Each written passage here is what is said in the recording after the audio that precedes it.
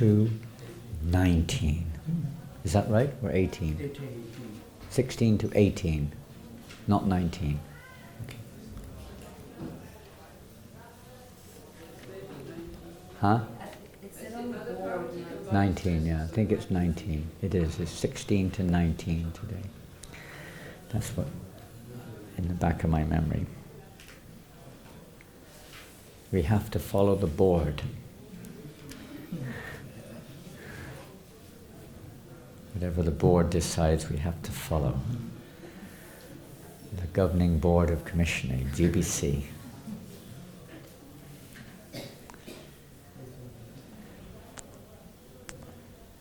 Om Ajnana Timirandasya Jnananjana Shalakaya Chakshural Militam Yena Tasmai Shri Gurave Namah Shri Chaitanya Manovishtam Stapitam Yena Bhutale Swayam Rupagadamayam Tadati Svapadantikam Vandeham Shri Guru Shri Yuta Padakamanam Shri Gurun Vaishnavamscha Shri Rupam Sagajatam Sahagana Lalita Shri Vishakam Vitamscha Hey.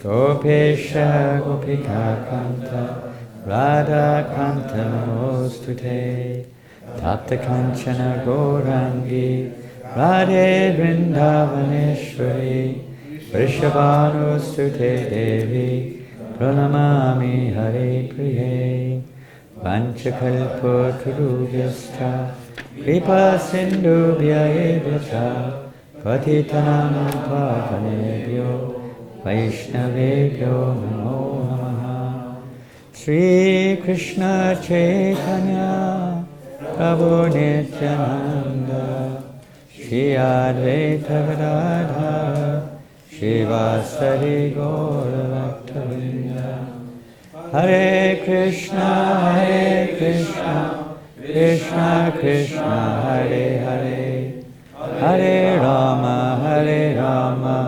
Rama Rama Hare Hare.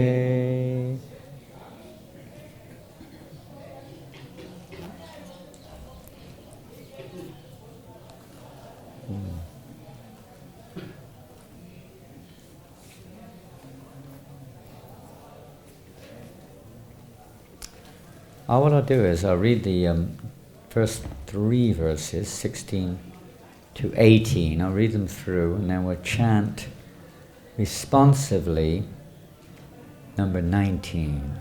Is that okay?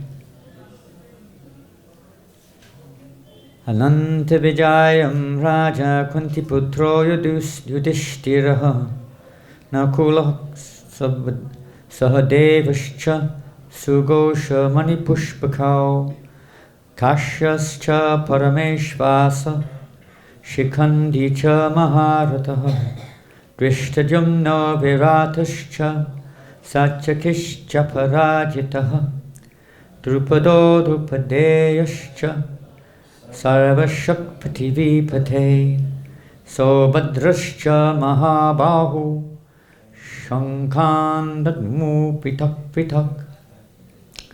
King Yudhishthira, the son of Kunti, blew his conch shell, the Ananta Vijaya, and Nakula and Sahadev blew the Sagosha and Manipushpaka.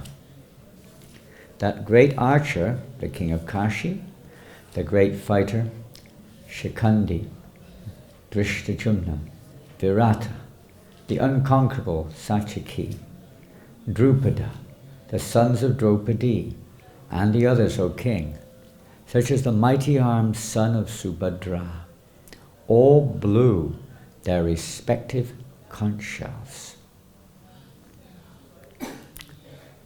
Purport.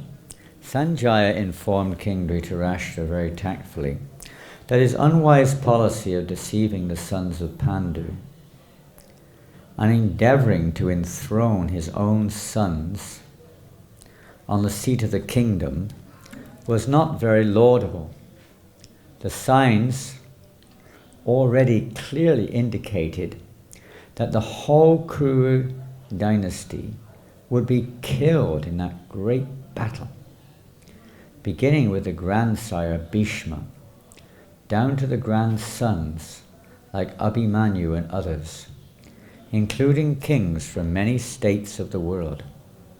All were present there and all were doomed. The whole catastrophe was due to King Dhritarashtra because he encouraged the policy followed by his sons. So this is observing the armies, setting the scene of the Bhagavad Gita, the Song of God. This is the basically the beginning of the battle here, just about to begin. And it's customary that before any festival, great event, arti also, and before a great battle, that the conch shell is blown. It's not something which is exclusive to traditional Vedic culture. It was common in many parts of the world outside. Of course, they may well have got their, let's say, understanding their culture from the Vedic culture originally. But it is also an event which was common in America, South and Central America, and the Pacific Islands, different parts of the world, maybe in Asia in different places, to blow the conch shell to signal the beginning of some event. Even when there's a great war in the Western Hemisphere now, maybe not now, but in days gone by there would be a fanfare preceding the army, musical sounds. It, as I say, brings confidence. It's also meant, the blowing of the conch shell is for removing obstacles. Sometimes it's even said that it removes sinful reactions. When the conch shell is blown, blows away those sinful reactions. It's different statements are there, different circumstances maybe, but it's to create an auspicious environment, and also, of course, to inform that the arti is beginning or finishing or whatever it is. People can pay their respect or come for the event, and so on. In this particular case, of course, it's a show of might. It's indicative, as Srila Prabhupada mentions here. The blowing of the conch shells at this point was very uproarious, very loud. When we blow a conch shell, sometimes it's not so loud. Sometimes it sounds like a mouse, a squeaky mouse. Beep, beep, beep. Pop, pop, pop. Some of us have a hard time blowing the conch shell. Some of them are very hard to blow. Some of them are easier, no doubt. But these are not ordinary conch shells. Haribol. These conch shells are very special, especially the conch shells of the Pandavas. In one sense, they're as special as the Pandavas themselves. Of course, Krishna's conch shell is famous. Panchajanya, completely transcendental. And Bhima with his powerful Pondra. And here we see Yudhisthira with his Ananta Vijay, his sign of victory, his everlasting victory, so to speak. they've all got their names. These conch shells are not just ordinary matter. They're actually endowed with certain opulences, potencies, as every aspect of these type of warfares are. They're weapons. Arjuna's Gandiva bow, so on, are not just ordinary bows. They're individuals assisting or taking part in the battle. So we're going to read together the text number 19. Please repeat. Saha Goshaha Dhartarashtranam Vidayani Vyadarayat Nabaha Cha Pitivim Cha Eva Tumulaha.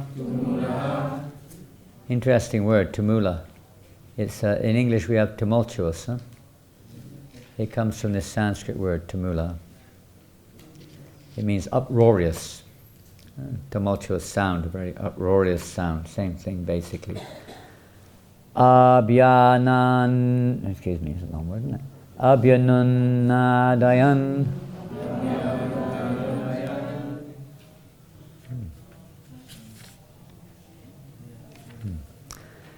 Sagosho Dhartarashtranam Vidayani Vyadarayat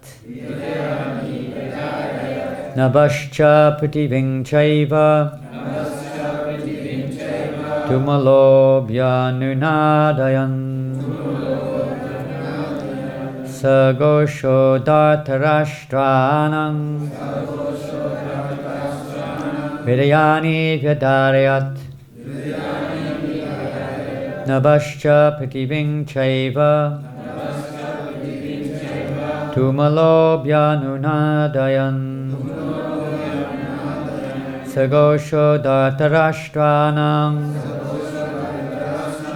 Hridayani Vyadarayat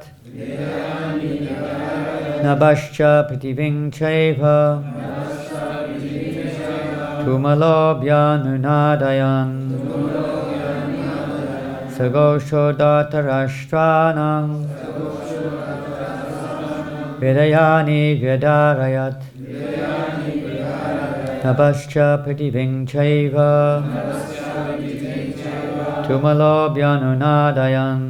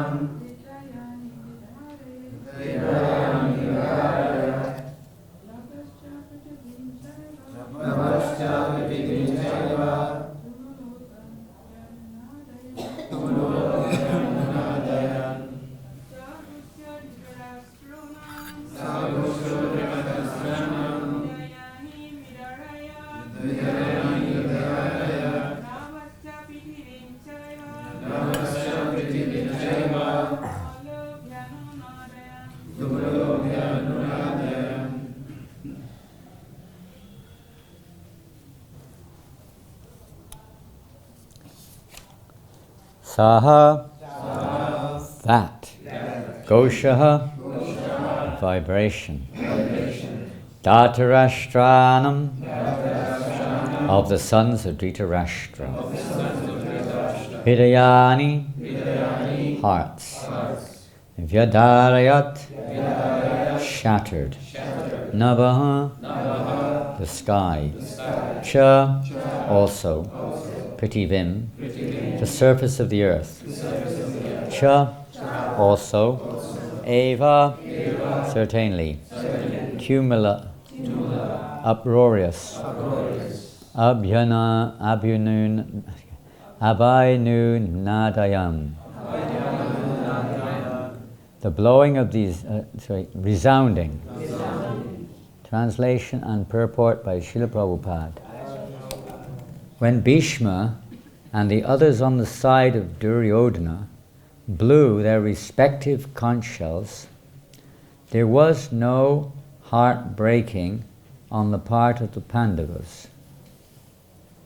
Such occurrences are not mentioned, but in this particular verse it is mentioned that the hearts of the sons of Dhritarashtra were shattered by the sounds vibrated by the Pandavas' party.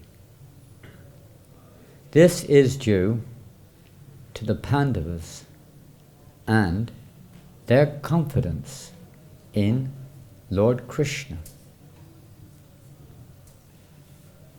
One who takes shelter of the Supreme Lord has nothing to fear, even in the midst of the greatest calamity.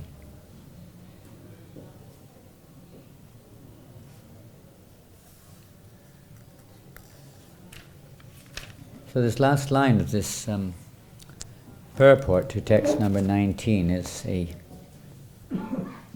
we'll try to discuss a little bit on this topic of becoming a little fearless.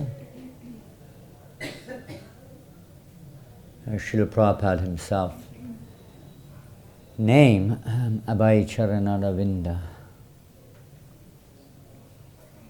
one who is fearless. Why is he fearless? Is not simply because of some material qualification. Sometimes up to a certain point, a person may appear to be fearless in this world, up to a point at least. But Prabhupada's fearlessness is not of that nature. A devotee's fearlessness is not because they think themselves very great, that they can conquer nature. They're not afraid of nature. They're not even afraid of death. They may be, but they're not. That's not the reason that a devotee is fearless. And they're fearless because they've taken shelter. The conclusive verse of the Bhagavad Gita, which probably most of you are familiar with, Sarvadharman Parityagya Mamekam Sharanam Vraja Aham Tvam Sarva Papebhyo Mokshayishyami Ma Shuchaham. The concluding is after going through the various steps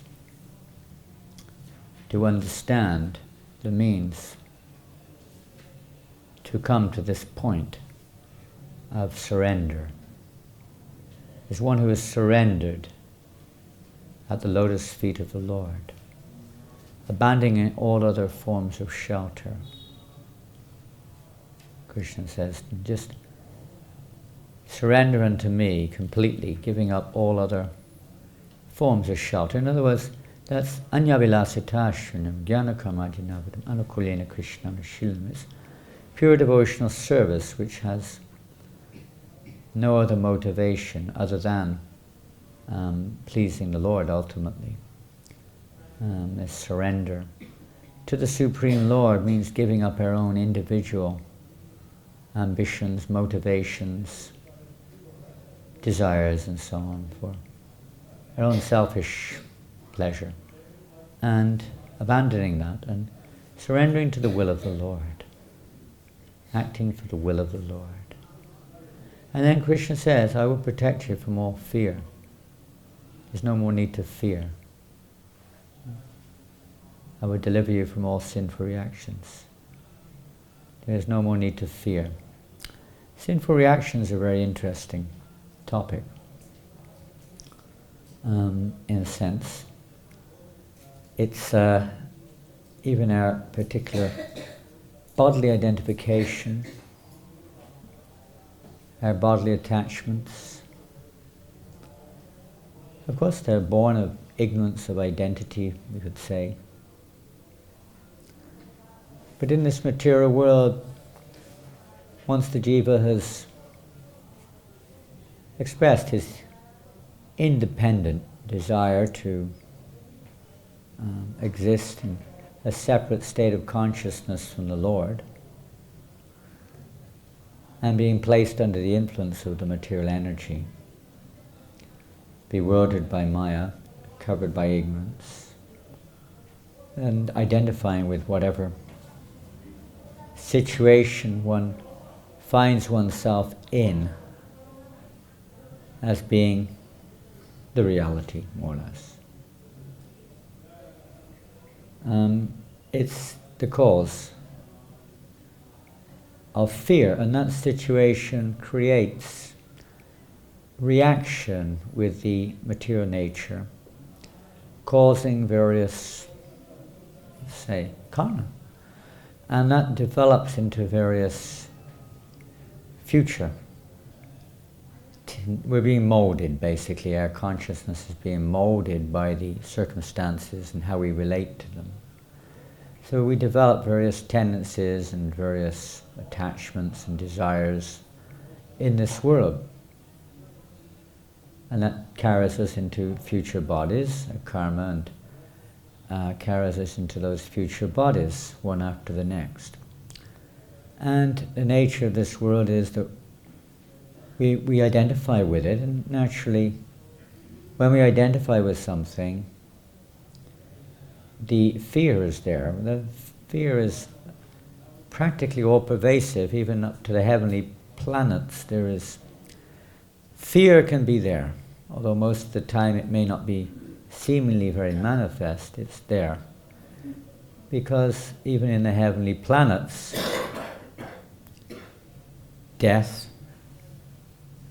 ultimately death will be there. Right, from the lowest to the highest, everywhere in this material world is a place of suffering, wherein repeated birth and death take place. And generally speaking, nobody wants to die.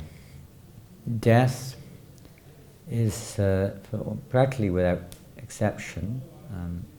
I say practically, maybe there are some persons, for whatever reason, may not be expressing it, at least at the moment. But practically speaking, everyone's afraid of death. Nobody wants to die. We make so many efforts to avoid death. So much energy is there because we don't want to die. It's unnatural for the soul to experience this death. And no matter what we take shelter of in this world, like the sons of Dhritarashtra, we're not taking shelter of Krishna. Yes, of course there's many other ways of looking at it. I mean, they're not ordinary living entities in one sense either, but in a sense they're just identifying with their situation, attached to their position and afraid of losing their position. They're doing everything they can to maintain their position. Because the living entities are very insecure, naturally, in this world. We don't really belong here. But because of ignorance, we think we do, and naturally we're insecure, so that fear is always there. But when someone's rightly situated in knowledge, then fear doesn't, let's say, even if it's there, it doesn't affect you. It's not something which will drive one's, let's say, response. Fear is described, we can see, if we look in the 11th chapter of the Bhagavad Gita, in the first verse of the 11th chapter, if you want to have a look. 11th chapter, Universal Form.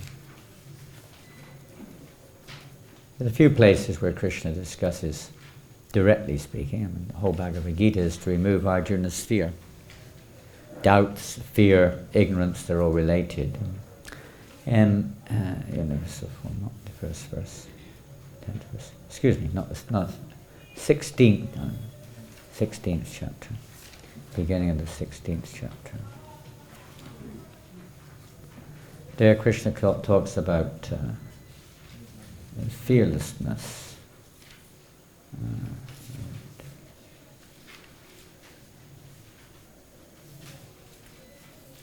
I can't read it very well. My eyesight's bad with this light. It's very dull. I'll do my best.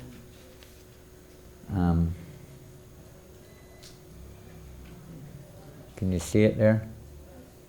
Fearlessness, huh? Huh? 16:1. Sorry, I mistakenly said the 11th chapter. It was my fault.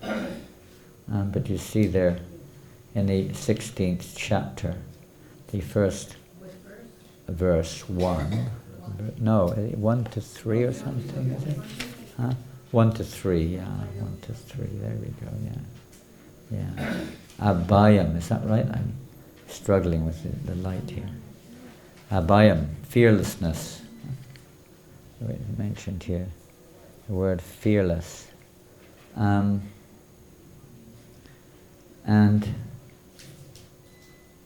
where does Prabhupada describe it in the purport? Can you see it in the purport there? What page? Pardon? Fourth paragraph in the Varnashram system. Yeah, about 6 lines down. For a sannyasi, the first qualification. Oh, that's where it's. Oh, yeah, okay. The first qualification should be fearlessness, because a sannyasi has to be alone, without any support or guarantee of support. He has simply to depend on the mercy of the Supreme Personality of Godhead. If one thinks after I leave my connections, who will protect me, he should not accept the renounced order of life. One must be fully convinced that Krishna, or the Supreme Personality of Godhead, in his localized aspect of Paramatma, is always within, that he is seeing everything, and he always knows what one intends to do. One must thus have firm conviction that Krishna as Paramatma will take care of a soul surrendered to him. I shall never be alone, one should think. Even if I live in the darkest regions of a forest, I shall be accompanied by Krishna, and he will give me all protection. That conviction is called abhayam, fearlessness. This state of mind is necessary for a person in the renounced order of life. Of course, in one sense, it's there for all of us, aspiring devotees, to take shelter of Krishna. It's not just for one who's officially taken the order of sannyas, but it's the opportunity for all of us. The real sannyas is not an order of the Varna ashram, it's the state of one's consciousness,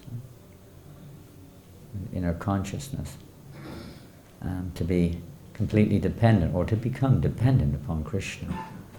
As Prabhupada, Abhay Charanaravinda, one who has taken shelter of the lotus feet of Krishna.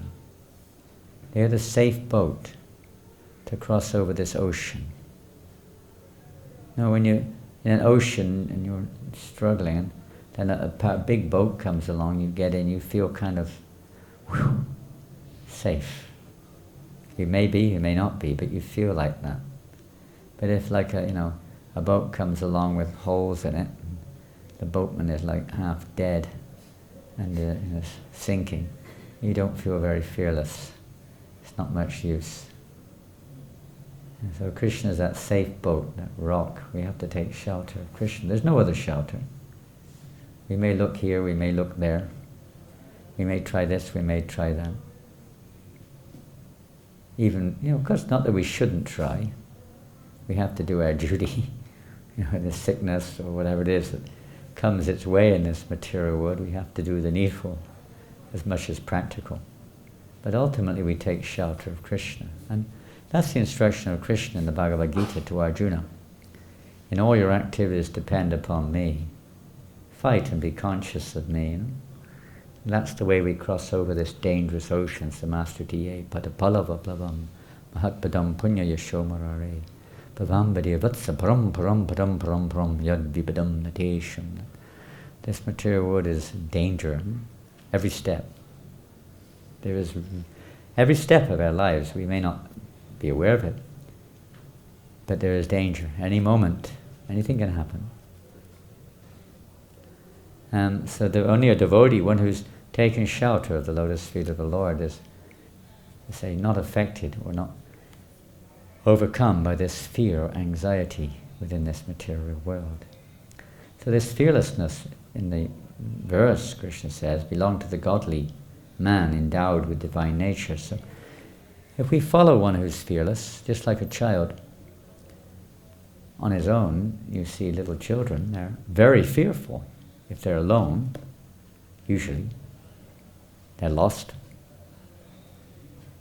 And when the parent, even if someone else comes along, oftentimes it doesn't satisfy their fear. Only when their parent, mother, father, comes along, may they be appeased, usually. And their ignorance or their fear is removed. So similarly, when we take shelter of the fearless, in our case, we try to take shelter of one who's abhay. Bhaya is fear. Abhaya is fearless. We try to take shelter of one who is fearless. Srila Prabhupada is fearless. We can see that. This is the 50th anniversary this year of his coming to the Western world. Quite something. It's a very interesting year. This is also the 500, right now, exactly at this moment. Lord Chaitanya Mahaprabhu was here in Braj, in Vrindavan 500 years ago. He also came.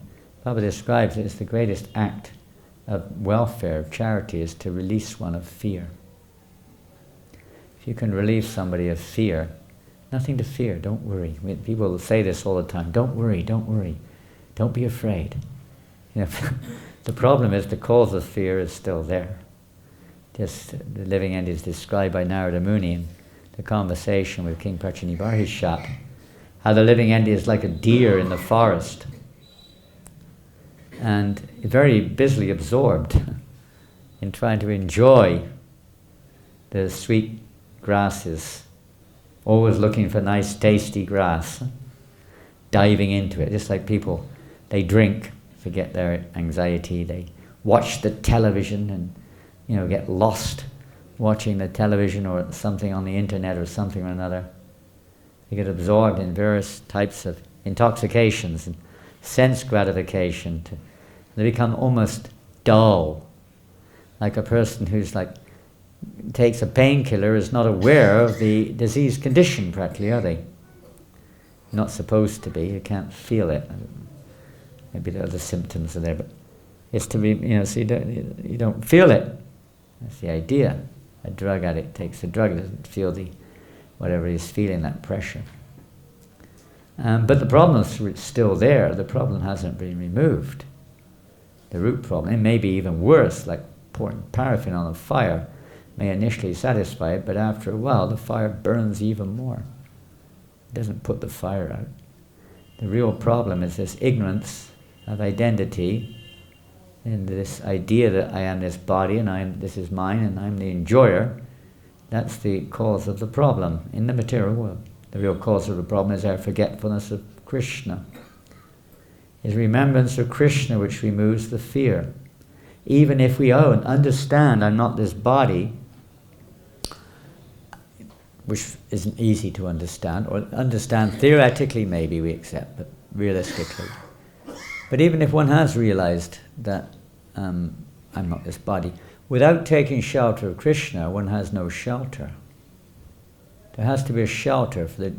We're to touch the Shakti. Yeah. We're coming, yes, from Chit Shakti, but our nature is to touch the Shakti. We're marginal. The marginal energy always has to be under shelter. We're Prakriti, in another sense, Prakriti, nature. The nature has to always be under shelter, under Purush. When we're in the material world, the same thing. We're looking for shelter, somewhere or another. We expect the police to shelter us, the nation to shelter us, maybe our family when we're children to shelter us, some powerful person to give us shelter. We're looking shelter somewhere or another, or we get shelter from absorbing ourselves, as we mentioned just now, in some kind of intoxicating activity. But everyone's looking for shelter to relieve them from a dangerous or anxiety or the danger of fear in this world. But ultimately it's atma sanyasva satsvapi deya kalatradishu deya patya kalatradishu atma sanyasva satsvapi, that these are fallible soldiers. The army of Dhritarashtra, Duryodhana, was fallible. Everything in this world is fallible. It means able to fall. A simple word. Fallible. Whereas Arjuna and the Pandavas' army were infallible, not because materially speaking they were infallible.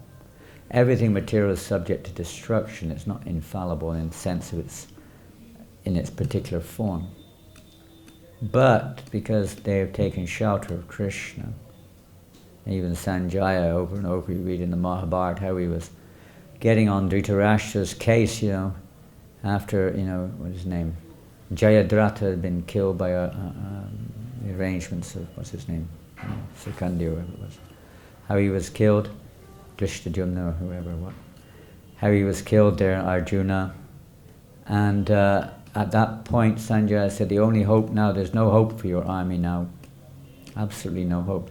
But Dhritarashtra wouldn't budge, he wouldn't give in. He knew that he was on the loser, but he couldn't give up. Sometimes we knew we were a loser, but this false ego, this, is so strong, this pride is so strong, we can't give it up, even if we're going to lose. I'd rather lose than, give up, surrender.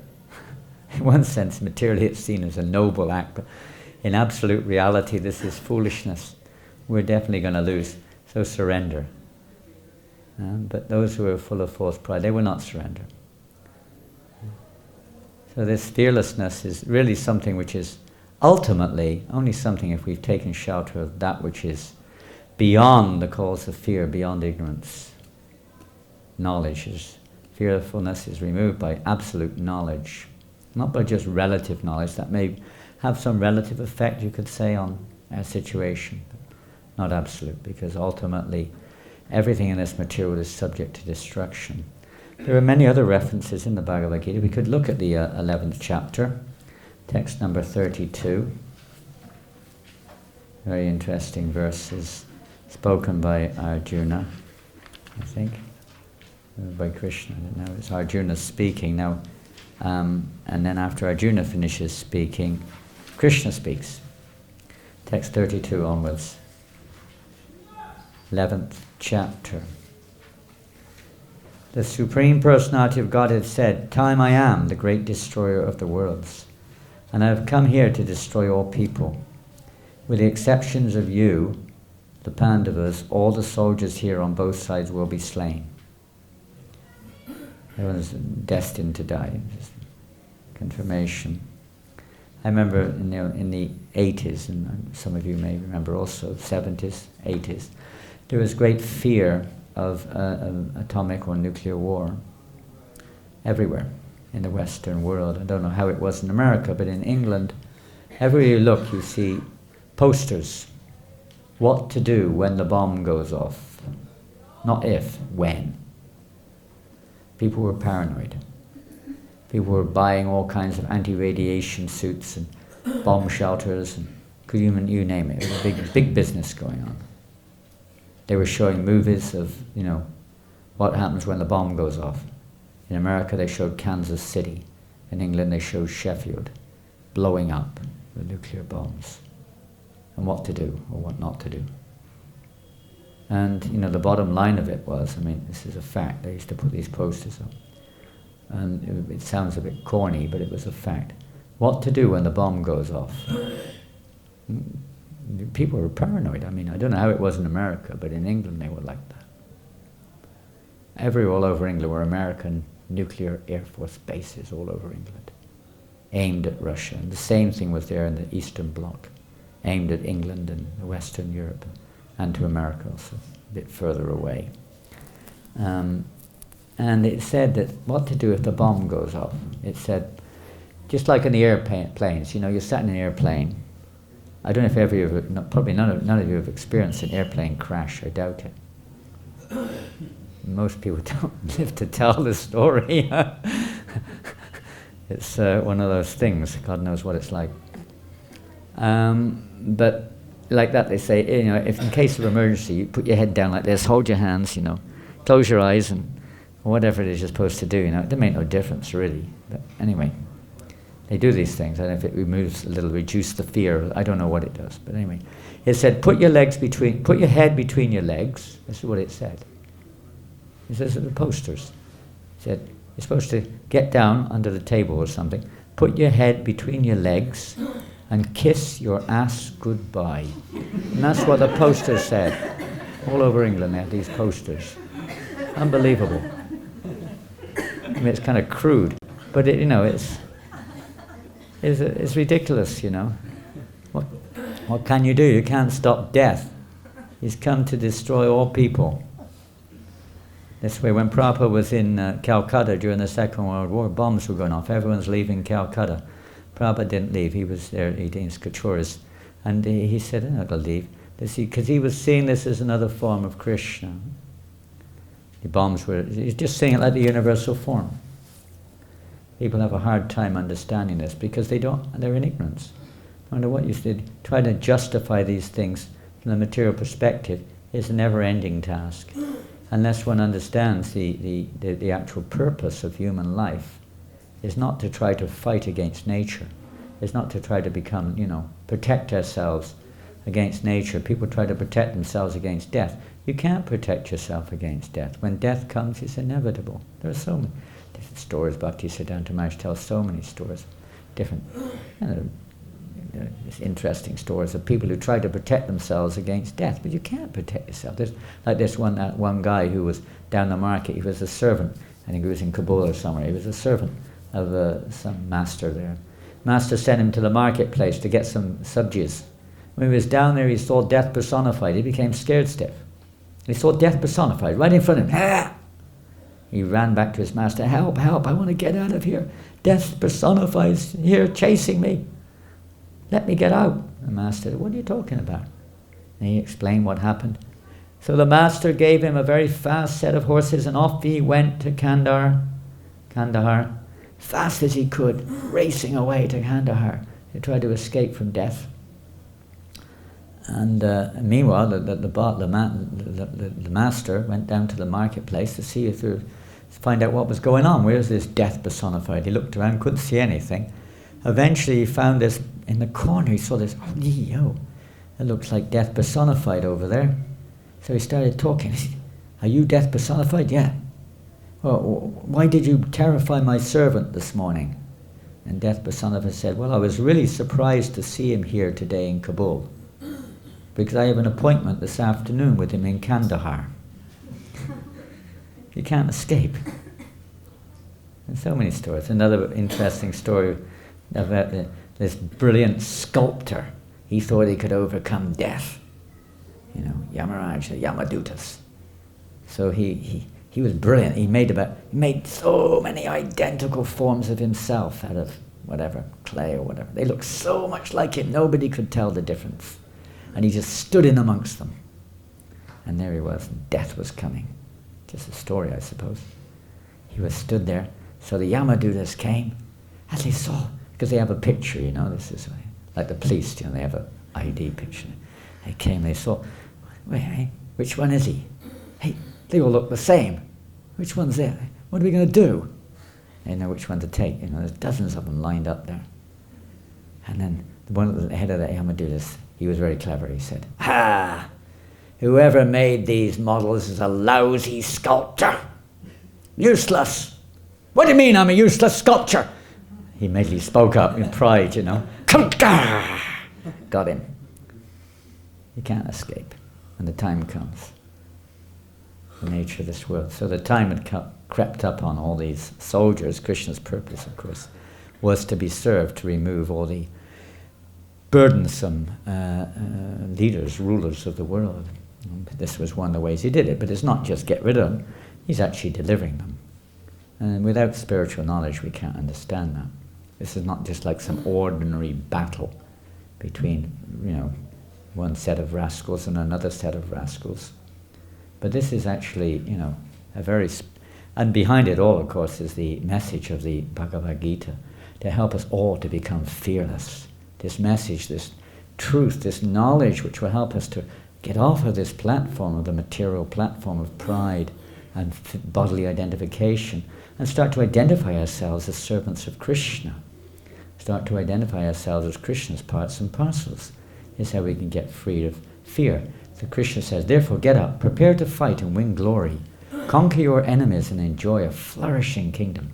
They are already put to death by my arrangement. You, O Sabyasachi, can be but an instrument in the fight. Drona, Bhishma, Jayadratha, Karna, and the other great warriors have already been destroyed by me.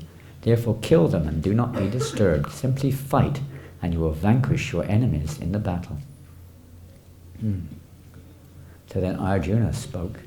Very interesting word. He was fearfully speaking. I mean, you can imagine having seen this tremendous form of the Supreme Personality of God in overwhelming form.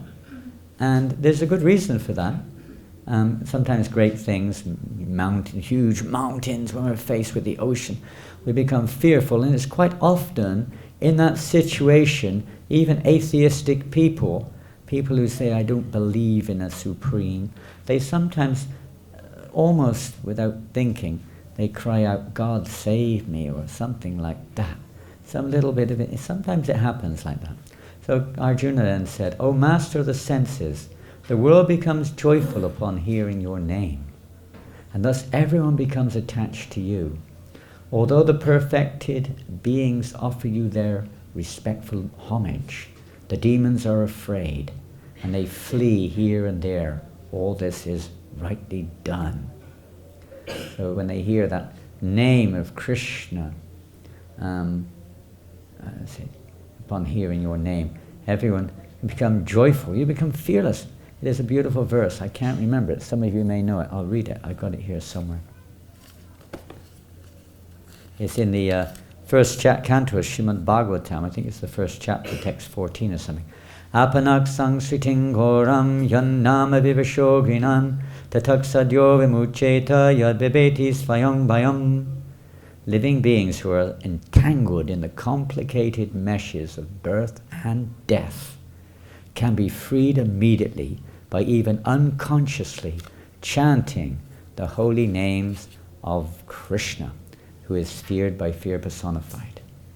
So this is, when we're faced with these dangers, which we all are at every moment, really, whether it's so clearly obvious or not, but it is there, samasriti ye padapalavaplavam, at every step of our lives danger is there, and we should try to take shelter of the chanting of the holy names. This will both help us to become, of course, purified ignorance, and also fearless and satisfied, freed of anxiety. So many side effects may be there, but ultimately is to connect us with Krishna.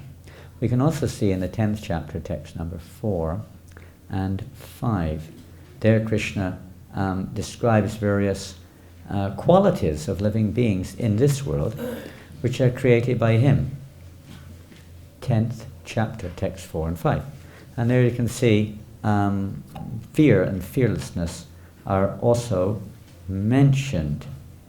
And if you look at the bottom of page 451, well, I may be a different page in different books, I don't know, but it's like, I don't know, 1, 2, 3, 4, maybe the 5th paragraph of the purport of the 4th verse of the 10th chapter. There Prabhupada says, fear is due to worrying about the future. Interesting.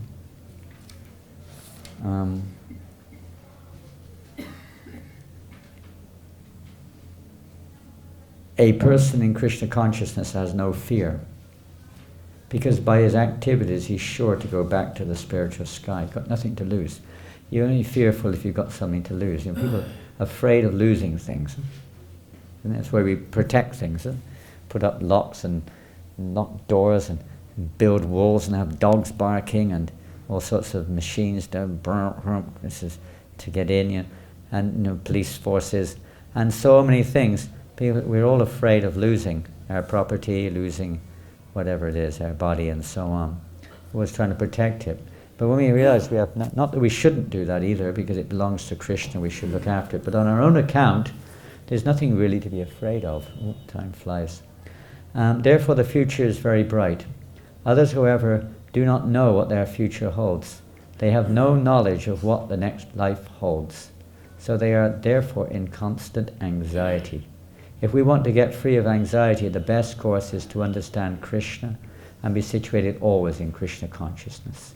In that way we will be free from all fear. And there's a famous verse here in the 11th canto, Srimad Bhagavatam 2.37. It's stated, Bhayam dviti tayabi veshataha syat. Fear is caused by our absorption in the illusory energy. But those who are free from the illusory energy, those who are confident that they are not the material body, that they are spiritually parts of the Supreme Personality of Godhead, and who are therefore engaged in the transcendental service of the Supreme Lord, have nothing to fear. Their future is very bright. This fear is a condition of persons who are not in Krishna consciousness. Abhayam, fearlessness, is possible only for one in Krishna consciousness, because everything else, even up to the point of personal liberation, is actually an unnatural situation for the soul. It's not the permanent station for the soul, even in impersonal Brahman, eventually, because the nature of the living entity, conscious living entity, is having desire, and there's no means of fulfilling that on that platform of existence. Eventually the living entity, Yenyeva Vindaksha Anartamanina, comes back again to this material world to try to enjoy or try to fulfill his innate desire for satisfaction, Nandamoya Vyasati. We're pleasure seeking. So that can only be completely fulfilled when we're connected, reconnected with the Supreme, just like a child reconnected with his father or mother, a part of the body reconnected with the body. That is the process of devotional service. There's a teaching of Bhagavad Gita, how to reconnect with Krishna, no matter who we are. And then one can become fearless, because one takes shelter with the lotus feet of Krishna at every step. And that's the only platform. And the Pandavas, Arjuna, and the Pandavas were taking shelter, particularly Arjuna, of the lotus feet of Krishna. And therefore they're also fully confident. They had no fear, like a little child, even though he may not be very strong.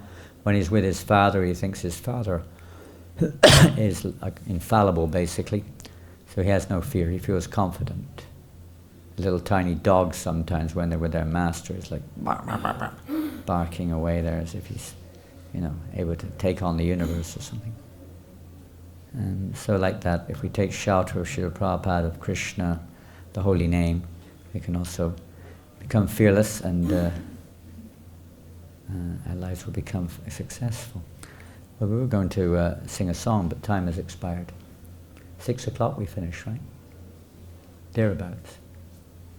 Give or take a minute or two. Vrindavan time. Timeless world. But still we have service to render. So are there any questions or comments? There's also that verse, Bhaktaram. Pardon? Along with these other verses, for fearlessness is Bhaktaram Yagatapas. Yes. Bhaktaram Tapasam Sarvaloka Maheshram Suridam Sarvabhutanam Yatpamam Shantim Vachiti. There are probably many verses, I would imagine, if we look carefully in Bhagavad Gita, which are related, and Bhagavatam is full of it, of devotees taking shelter of Lord Nrsingadev. Prahlad Maharaj was fearless because he was afraid of falling into the material energy, being born in an Asuric family, but he wasn't. Otherwise he had no fear, because he was protected by Lord Nrsingadev. It's said that even when Lord Nrsingadev came along, or let's say when Hiranyakashipu threatened to sever his head with his sword, and he said, "Is your God, is he in this pillar?" Pretty challenging statement, you could say. My word, it's like all or nothing. Prahlad Maharaj was very confident that his God was in the pillar. He wasn't afraid. Because it's even today, I'm not sure, Harivam, somewhere it describes that Lord Nrsingadev was actually behind the pillar, and just to reassure Prahlad, he was popping his head out. Hiranyakashipu couldn't see it because he had his back to the pillar. Prahlad could actually see Lord Nrsingadev poking his head out from behind the pillar. Don't worry, I'm here. I am here. Don't worry. Yeah, whether he can see or not see, that he has full confidence that Krishna will protect him. Mare Krishna Rakeke, Rake Krishna Mareke, that if Krishna wants to kill, then no one can protect, and if Krishna wants to protect, no one can kill. But for a devotee, he doesn't mind whatever you want to do with me, because he's Narayana Paraksavi, Nakutaschana Bibhyati. When he's Narayana Parayana, who's completely taken shelter of the Supreme Lord, doesn't fear going to heaven or hell. He has nothing to fear, because he knows that Krishna is with him always. And for him, that's the perfection, to always feel Krishna's presence. He's not demanding, place me here or there. He just wants to always feel the protection. It's a sign of Saranagati, surrender, to always be under the shelter of Krishna. So there's so many things. Om Namo Bhagavate Narashinga Namaste Tejasaya Vira Vibhava Vajranaka Vajradanksha Karmashan Vandaya Vandaya Tamo Grasa Grasa Om Swaha Abhayam Abhayam Atmani Bhuishta Om Shram. Prahlad Maharaj prays, the resonance of Hari Varsh to Lord Nrsingadev, with your fearful nails and teeth like thunderbolts, please tear out all my material desires. As long as we've got these material desires and these material concepts, there's going to be fear, We think I've got to satisfy them sometimes. That's how I'm going to relieve my anxiety. But to some extent, we can't go from there to the perfect stage, but you have to understand that that's not going to fully satisfy the soul. This endeavor to satisfy our material senses like that. There's ways of regulating it so we can gradually become freed of fear and attachment and so on. But in of itself, that's not the goal. Lord Prahlad Maharaj is saying, please tear them out with your sharp nails, tear all these material attachments out of my heart, so that I can become fearless in this struggle for a material existence. Because he was taking shelter of Lord Nrsingadev, we can take shelter of the holy name. So whenever there's a danger, it's a great opportunity. Incentive. An incentive. What for? When there's danger, to run away, get scared. No, it's in chant. Hare Krishna, Krishna Krishna, Hare Hare, Hare Rama, Rama Rama, Hare Hare. A reminder, instead of saying, ow, damn it, oh, ah, whatever reactions come out of us, well, we, break our finger or whatever we do, crush our finger in the door or something happens, whatever negative thing. Try to practice. If we practice in so-called normal circumstances, it'll be easier in dangerous situations. Automatically, Hare Krishna, Krishna Krishna, Hare Hare, Hare Rama, Rama. Take shelter of the holy name, which is non different than Krishna. It means taking shelter of the Lord's lotus feet. And by taking shelter of the holy name, you may become fearless. You like this song here, Govinda Das, Bhaja Hare Mana. We can sing this little song, it's very short. Have you got it there? Madung. Bhaja Hare Mana, Shri Nanda Nandana. Literally, many of us were very fearful. He ignited fearlessness. You could challenge the world. You weren't afraid of anyone. You could go up to anyone, wasn't it? Practically anyone. You didn't care who they were. Presidents, whoever they were, and just fearlessly preach, practically speaking. Prabhupada injected that in people. Totally fearless, because taking shelter of Krishna. All these so-called identities are just dreams. We're afraid of a dream. We're afraid of the reflection. It's not a reality. It's a reality in the sense of its original substance is a reality, and the energy is a creation of the Lord, so it's his energy, but the form which we're perceiving is just a reflection. It's an illusion. It's not the real form. Just a temporary reflection of the real form. It's there, but it's just like a reflection on a mirror. And we're afraid of it. Why be afraid of a reflection on a mirror? What's it going to do to us? If you identify it, you get scared. You run away. Sometimes maybe some lower species, maybe they see something, a picture of something or a reflection, so they get afraid and run away, think it's a real thing. We're the same thing. We think, we're more advanced. We're not. We're afraid of this material energy. We're afraid of death. We're afraid of other living entities. We're afraid of God. It can be favorable. Fear can be used. It can be a favor, as we mentioned briefly earlier. It can turn people to a little bit of God consciousness sometimes. There is an element in many scriptures of fear for that very purpose. It's not just meant to make it out like everything's fear exactly, but it's to help us to remember that there is no other shelter. And otherwise we have to experience the never-ending happiness and distress of this world. The illusion, stay in the dream. But we can get out of it. Oh mind, and this is the way you get out of it. Just worship the lotus feet of the son of Nanda, which make one fearless. Worship his lotus feet. Means worship it, follow his instructions, that's what it means. Having obtained this rare human birth, cross over the ocean of worldly existence through the association of saintly persons. Both in the day and night I remain sleepless. Have you got the translation here? Is it coming up? Yes. Okay. Suffering the pains of the heat and cold, the wind and the rain. For a fraction of flickering happiness I've uselessly served wicked and miserly men. We're all serving all the time, serving this one, serving that one, serving ourselves. And what's the result? There's no beneficial result. I've uselessly served wicked and miserly men. What assurance of real happiness is there in all of one's wealth, youthfulness, sons and family members? They're all flickering. They're atmasanyasvasatsvapi. They're just fallible soldiers. As Prabhupada writes in one of his poems, it is a Viraha Ashtakam or something, they're just like, where are they all now? They're just a list of names. My mother, my brothers, my family members, my friends. Where are they all? They're just like bubbles on the surf, on the ocean. They're gone. Where are they now? People are afraid of losing all these things. But it's inevitable. And because people are in ignorance, they don't know what else to do.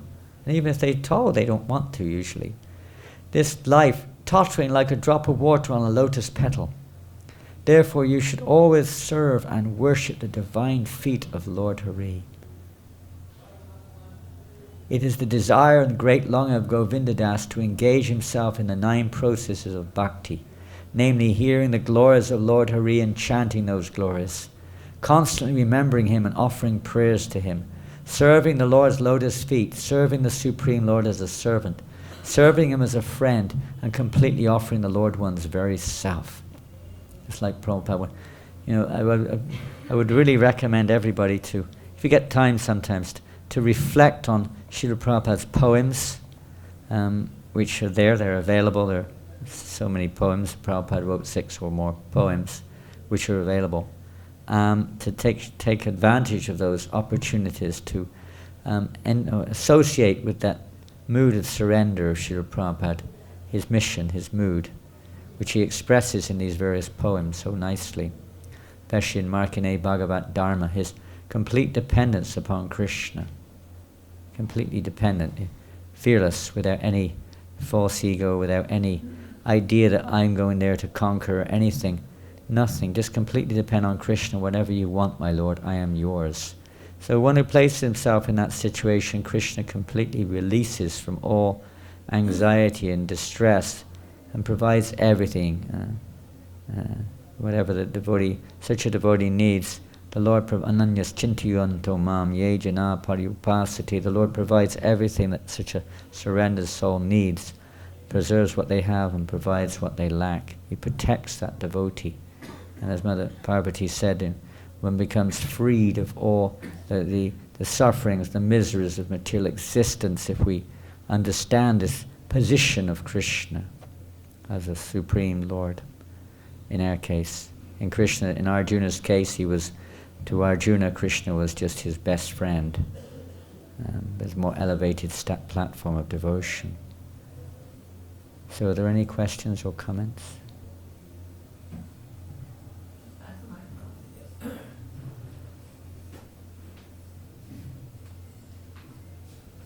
And these bhajans too are full of the, we can say the nectar of the pure devotees, giving us their shelter and giving us directions how we can take shelter of the Lord, how we can actually become fearless. Hey, whoa, is it working? Is it working? Prabhupada, I think say that we were not. Okay, like this. I think that Prabhupada said we were not afraid enough of Maya. Yes, that statement is quite a familiar statement. I don't know, I can't give you the reference exactly. Maybe you can remember where it was said and to who. The point which Mother Janava is making is that she's heard that Prabhupada said that the problem is we're not afraid of Maya, or we're not sufficiently afraid of Maya. This is actually a problem. And I can't remember, I don't even know where exactly that was stated by Prabhupada, but it's certainly something which has been regularly, let's say, spoken over the years. Pardon? The what? Narada Muni? Garga Muni, yeah, it was to him, or he may know. He's got the reference. Huh? He's outside, is he? Well, you probably find it somewhere, maybe Garga Muni Prabhupada knows where it is, exactly where Prabhupada said that, but it is a fact, whether it is whether the reference point is there or not, but it is. I mean, what does it mean? Is that a question or just a kind of a comment? Uh-huh. So, yes. Well, what is Maya? What is Maya? What is Maya? Pardon? Which makes us yeah, the energy which makes us forget Krishna. But what else can we say about Maya? The energy which takes us away, Mahamaya, which takes us away from Krishna. What else can you say about Maya? There's a whole book written by Bhakti Purushottam Maharaj. I haven't read it, but it's called Maya. Maybe it's described in there. It's a whole book of it, quite not that thick, maybe a couple of 100 pages, all about Maya. Maybe you should read it and find out more from that. But what else can you say about Maya? Huh? She's nice, huh? Oh yeah, she's a servant of Krishna. So if I serve Maya, I'll be a servant of Krishna too, huh? She's a servant of Krishna. She is indeed a servant of Krishna. Good. Yes. One of the reasons she is so much stronger than us is because she's one of Krishna's energies. Yes, she's one of Krishna's divine energy. Daivi yeshu ganamema ma maya darachaya. Ameva ye papajante mayamitam tarantite. Krishna says he's divine energy. All Krishna's energies are divine. It's just a matter of, say, how we relate to them. But she has this potency of covering the living entities who are averse to Krishna. That's her job. And so what happens is, what does Maya mean? Usually Prabhupada said, what does Maya mean? Illusion, that which is not. It causes us to identify with that which is not, the reflection. So we're still attached to that reflection. We're not, we're still attracted to that. What else does Maya you can say? Say something else about Maya.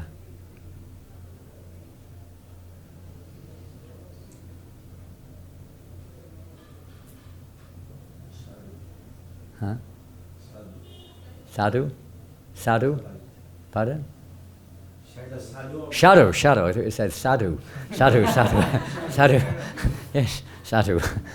Certainly, very good. Yes, she's a shadow. We're taking a shadow of the shadow, These are, you can say, descriptions. But what does it mean that we're not afraid of Maya? What is that Maya? How does that Maya, let's say, act upon us? Or what is it that, how does it interact? What is it? We have, all these false identities, attachments which we have, different desires in our minds, different things around us, different objects of the senses and so on. When we see, sometimes when we're not afraid, and what does that mean to be afraid? It doesn't mean, not that kind of fear. This beautiful girl, I'm running away. This one's a man, get away, oh no, help. Not like that, Not that kind of, because everything's like that. You'll be constantly petrified by everything in this world, practically speaking. Not that kind of fear, but the fear that, it's not that the fear of the thing so much, but the fear of the desire of wanting to enjoy it. The Maya reflects the Maya is that we want to enjoy it, that we think that that's mine, or I can enjoy this object, or this activity, or this person, or my senses, or whatever. That's kind of Maya, if we think we can enjoy these, because this is the property of Krishna. It's Maya to think it's mine, and it's Maya to think it's mine, therefore I can enjoy it. I don't know, if I think carefully I'll probably remember what it was. It's in India, and somebody, I don't know how I saw it, but it came up somewhere. Somebody was beaten to death because they ate beef, somewhere in UP. And they said, what right has a person, has anyone got to say what I put on my dinner table? That was the defense. No one has a right to tell me what I'm allowed to put on my dinner table. This is called Maya. We think it's my right, my dinner, my table, my pleasure. This is Maya. This is the illusion. My Yahoo, my Yahoo. Maya, Yahoo? Maya, when you come up it comes Maya who. My Yahoo, my Yahoo, Maya who, you. It's to put you in Maya. And Google is go ogle. Go ogle. Ogle? They're captivated by the objects of sense. And that's all they're doing. They're trying to capture Maya. These are Maya's medias to attract our attention. We can use them in Krishna's service, by the way, very nicely too. But it's easy to get captured by the material energy. We've got to be very careful. It's like television. Tell lie vision. Tell a lie vision. It's all lies. It's all just bewildering, our consciousness. We become attached to it. The fear of this. This is the devotee is afraid of that becoming attracted to the objects of the senses. It's not that the objects themselves are therefore to be condemned, banned, run away from, whatever it is, destroyed. No, the fear is our false identity. Maya, this false identity with the objects, and we're not sufficiently afraid of that. I'm not saying you or anyone else isn't, but this is what is being referred to, that we're still thinking that I can enjoy this material world separately from Krishna. One way or another, subtly, by name, fame, prestige, honor, and so on, grossly, by sense gratification of the gross nature, different levels. But we still have this idea that I am the enjoyer. That's the fear. And there's the verse which Mother Parvati mentioned in the Bhagavad Gita in the 5th chapter, that's 29. Bhuktaram yagatapasam. This is the peace form. This is the key verse in this sense, to understand that everything is the property of Krishna. We forget that. And you can see that when sometimes we can just see how much we're attached sometimes. Of course, we may be in the mood of thinking that there's a fear there of, like Prabhupada, for instance, he said that he's very afraid that the demons may act in such a way as to impede this movement or stop this movement. He talks like this on several occasions, that he's afraid. But that's not for his sense gratification, that's for the service of his spiritual master. It's different. It's for the service of Lord Chaitanya. That type of fear brings one closer, more under the shelter of Krishna. He was more worried about it being destroyed within rather than without. Yeah, that's also very much so. Destroyed from within. He spoke about both, actually. He speaks about both. Pardon? By not keeping. Yeah. Following the standard. To the method. Yeah, not following the standards, especially amongst the leaders.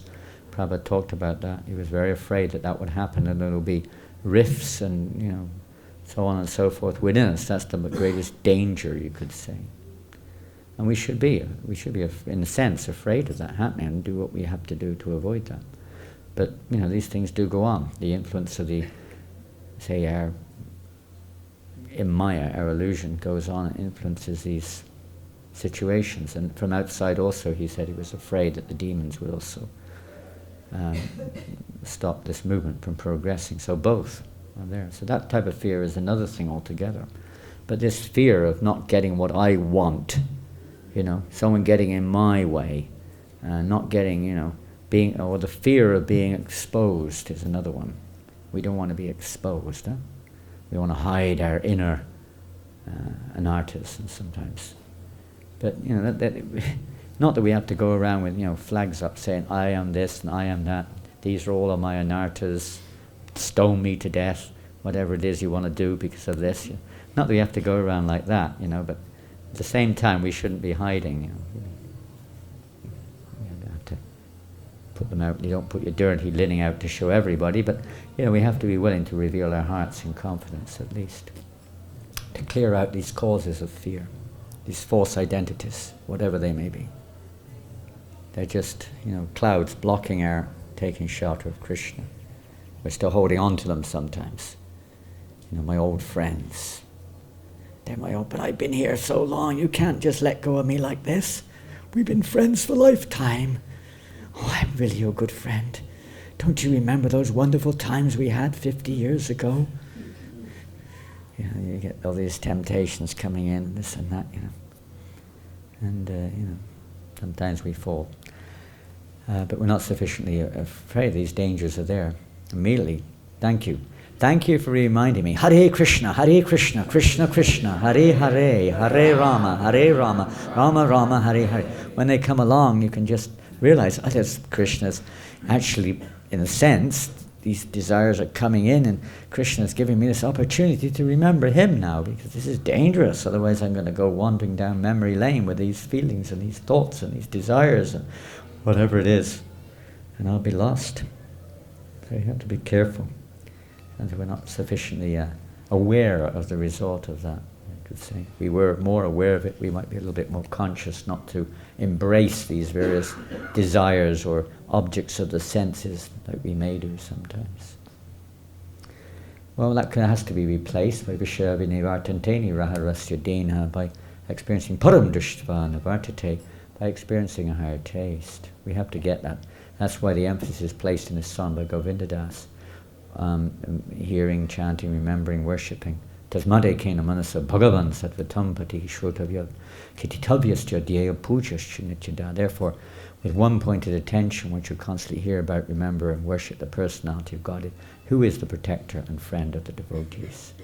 So we have to practice that at least. We can't do it all entirely. Yada nijasana yukta karma granti nabandham chindanti kovidas tasa kona kurikatavati. To cut this bondage or this attachment to this karma bandhana in this material world, one has to remember the personality of Godhead. We have to practice, that's all, in the association of devotees, as much as we can, remembering Krishna in different ways. And that's what Prabhupada himself, he reminded us of Krishna at every moment. He would emphasize that over and over again. His business was to remind us of Krishna. When you think of Prabhupada, you think of Krishna. That's the idea. Hare Krishna. Okay, thank you all very much. Srila Prabhupada ki jai. Srimad Bhagavad Gita ki jai. Shri